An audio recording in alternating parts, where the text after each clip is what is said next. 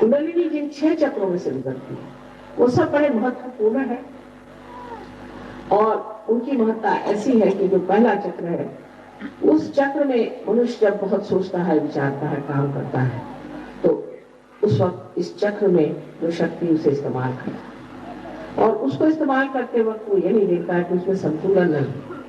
जब बहुत ज्यादा विचारने लग जाता है तो पेट का जो वेद है वो बदल करके और अपने सर मस्तिष्क के लिए, ब्रेन के लिए ब्रेन सेल्स बनाने लगता है।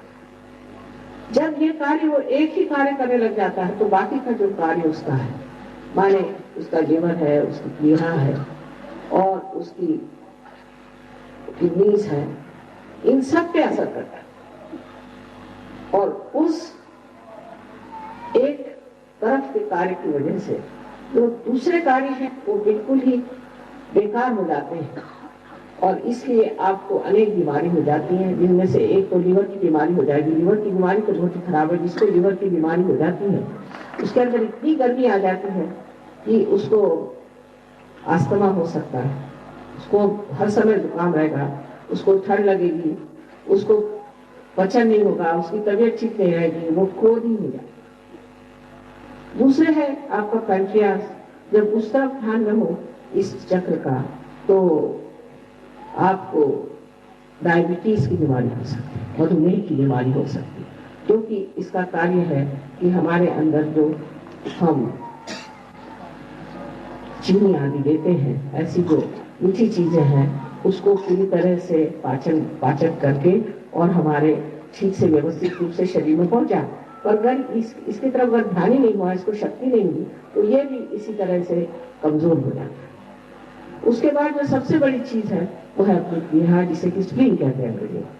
इसका कार्य होता है कि वो हमारा जो लय है, जीवन की लय, उस लय को चलाना। अब हमारा जीवन लय रहित है, सवेरे जल्दी उठते हैं, अखबार पढ़ते हैं तो एकदम दिमाग ठनक जाता है, उसके बाद और कुछ हो जाता है। हर समय जीवन के प्रति एक तरह से बड़े तेजी से दौड़ने की वजह से हमारे जो शरीर है उसमें पूरी समय धक्के लगते हैं और खास करके ये जो चक्र है, ये चक्र हम ज्यादा विचारों की ओर अपना कार्य करते रहता है तो अपनी प्लीहा जो है वो कमजोर होती जाती है और उसमें से जो रक्त पेशियां बनती हैं वो लय के साथ नहीं बनती, जैसे कि जिस वक्त कोई जरूरत होगी तब नहीं बनती, कभी भी बनने लग जाती। इस तरह से समझ लीजिए कि पागल हुआ ये एक हमारे अंदर ऑर्गन है और जब ऐसी हालत आ जाती है तो ब्लड कैंसर जैसी बीमारी आ जाती है।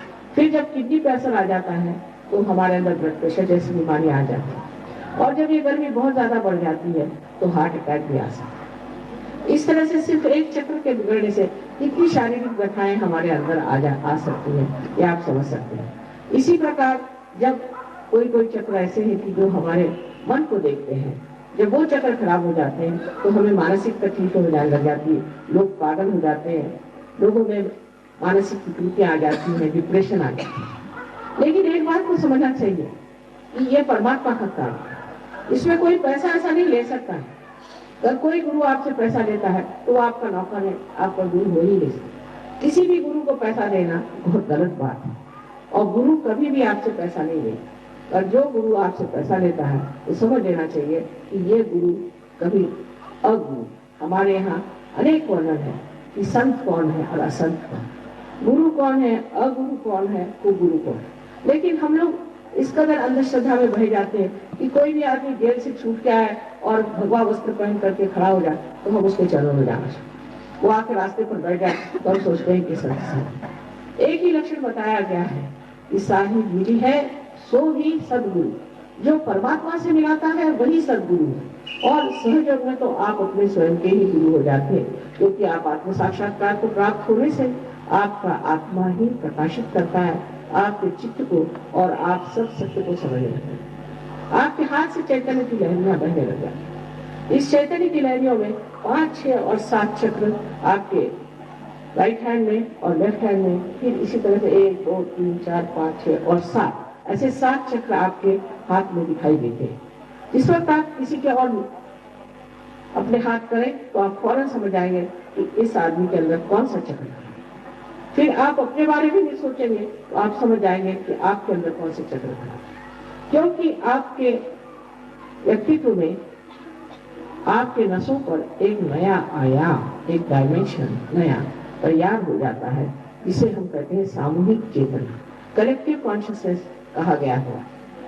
ये सामूहिक चेतना में दूसरा कोई रह नहीं जाता, आप दूसरों को भी महसूस करने लग जाते हैं। जैसे कि एक विराट के अंदर हम एक छोटे से कुछ हैं, अणु रेणु कहिए, या एक बड़े भारी एक विशाल ऐसे समुद्र में हम एक बूंद मात्र हैं, पर फिर हम समुद्र में एक बूंद से समुद्र ही हो जाते हैं जब हम पूरी तरह से भूल जाते हैं। इसी तरह से आप इस सामूहिकता में इस तरह से भूल जाते हैं कि आप हर एक आदमी को जान सकते हैं कि उसके कौन से चक्रों में दोष है। फिर अगर आप ये समझ लें कि ये दोषों को हम किस तरह से ठीक करें, इसका जरा सा ज्ञान आपको आ जाए तो आप स्वयं ही एक गुरु हो जाते हैं, अपने अंदर भी और बाहर भी। लेकिन इसके लिए आपको संसार छोड़ने की जरूरत नहीं, उपास तपास वगैरह कुछ करने की जरूरत नहीं, क्योंकि जिसलिए किया था वो सब हो गया। जिस चीज के लिए आप सीढ़ियां चढ़ते रहे, मेहनत करती रही, जब वो आप अंदर मंजिल में आ गए तो अब आप क्यों सीढ़ियां चढ़ते? उसके बाद आपको कोई भी ऐसी चीज करने की जरूरत नहीं, आप हो गए, आप हो गए। जब मस्त हुए फिर क्या बोले? इस प्रकार सबने इसका वर्णन किया हुआ कि किस तरह से पार उतर गए संत जना। अनेक वर्णन संतों ने किए हुए हैं कि आप इस चीज को प्राप्त करें और इसमें आप आनंद को भोगें। परमात्मा चाहते हैं कि आप आनंद को भोगें, वो देना चाहते हैं आपको आनंद, और ये आनंद का स्रोत आपका अपना आत्म तत्व है, बाहर से नहीं, किसी दूसरे से नहीं, अपने ही आत्म तत्व से आप इस आनंद को प्राप्त करते हैं और सत्य को जानते हैं। जो सत्य एकमेव सत्य है। अभी तो सत्य हजार तरह के हैं, कोई कहता ये ठीक है, वो कहता वो ठीक है, किंतु एकमेव सत्य आप जानते हैं। जब आप हाथ में ही सब चीज जान लेते हैं, 10 आदमी भी आप खड़े कर लीजिए जो सहयोगी हैं और उनकी आंखें बांध लीजिए, किसी आदमी के लिए पूछे इनको क्या तकलीफ है, सब लोग एक ही बात करेंगे, क्योंकि आप उंगलियों पे तो ही चीज महसूस करेंगे जो इस आदमी में। तो इसलिए आप एकमेव सत्य को जानते हैं और उस आनंद को प्राप्त करते हैं जो कहा जाता है कि आत्मा एक आनंद का स्रोत, ये सिद्ध होता है। परमात्मा है या नहीं, ये भी सिद्ध हो सकता। समझ लीजिए, आप ऐसे हाथ करके पूछे कि परमात्मा है या नहीं, एकदम से आपके हाथ में चैतन्य की ठंडी ठंडी लहरें आने लगती। और अगर आप किसी गलत आदमी के लिए पूछे कि आदमी सच्चा है तो फौरन आपके हाथ में गर्मी आ जाएगी। कभी कभी तो ऐसा लगेगा कि जैसे जलन सी हो। इस तरह से आप हर सत्य को जान सकते हैं और इसीलिए आप जानते हैं कि बहुत से डॉक्टर लोगों ने भी इस पर बड़ी मेहनत की है। और दिल्ली में 2 डॉक्टरों को MD दी गई, जहां पर कि उन्होंने ऐसे विषय, अस्थमा जैसा विषय और एपिलेप्सी और शारीरिक बहुत सारी और बातों पर रिसर्च किया है और उस अनुसंधान में उनको MD की पदवी मिल गई।